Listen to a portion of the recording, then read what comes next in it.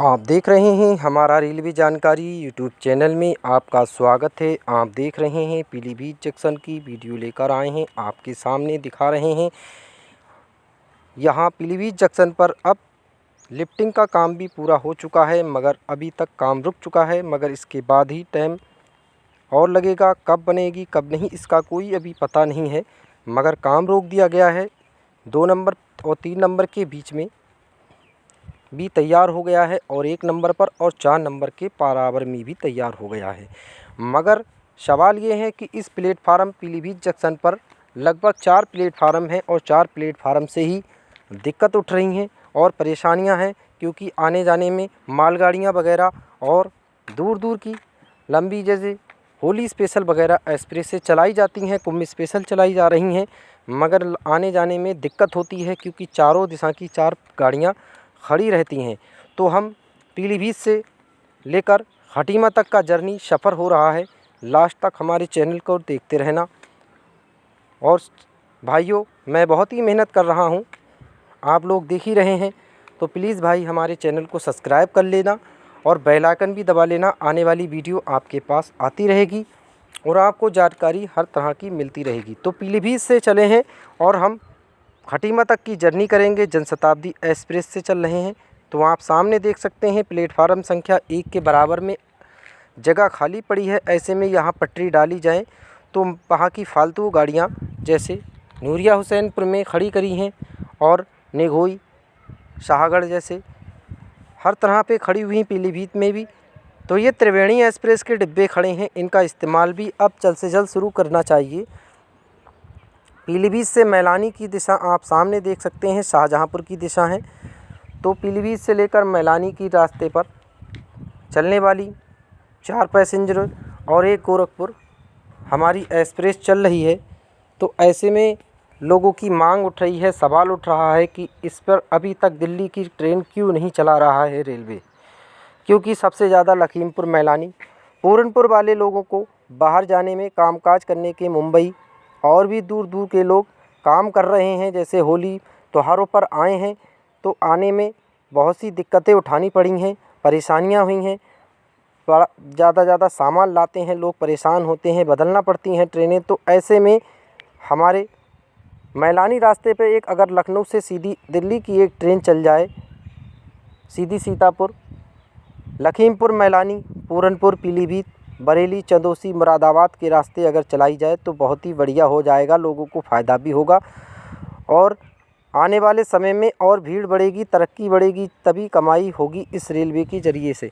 तो इस रूट पर धीमी रफ्तार भी बहुत कम है मैलानी पीलीभीत दिशा में, क्योंकि माला जंगल से लेकर संदेही हाल तक रफ्तार में लगभग आधा 1 घंटा लग जाता है। और वहाँ से जब चलती है तो वहाँ से भी लगभग पूरनपुर, सेरामऊ तक चलती है। सेरामऊ के बाद फिर जंगल थोड़ा आता है, वहाँ भी मैलानी तक रफ्तार हल्की चलती है।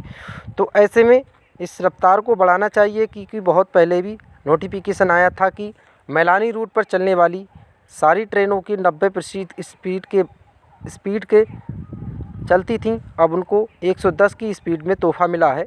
तो अभी तक स्पीड नहीं बढ़ रही है, क्या वजह, और मालगाड़ियों की रफ्तार भी ज़्यादा बढ़ चुकी है। तो इस रूट पर केवल मालगाड़ियों के लिए ही बनाया गया है। तीसरा जो दिल्ली का रास्ता है केवल मालगाड़ी है, बाकी लोगों यात्रियों के लिए कोई भी दिल्ली की ट्रेन नहीं मिल रही है। तो हम नूरिया से निकल चुके हैं, अब मझोला से भी निकलते नज़र आएंगे और सीधी खटीमा का स्टॉप होता है इसका। तो ये जनशताब्दी एक्सप्रेस है, टनकपुर से रोज़ाना 11:25 पर चलती है, जो बनबसा, खटीमा, पीलीभीत, पीलीभीत से इज्जत नगर, बरेली सिटी, बरेली जंक्शन होते हुए बरेली जंक्शन और बरेली जंक्शन से हमारी औला, बिसारतगंज, दफ्तरा, हर हाल्टों पे रुक कर मुरादाबाद, राजा का शाहपुर होते हुए मुरादाबाद, अमरोहा, गजरौला, हापुड़, गढ़मुक्तेश्वर होती हुए सीधे गाज़ियाबाद, दिल्ली तक रात के 9:30 बजे के करीब पहुंचती है।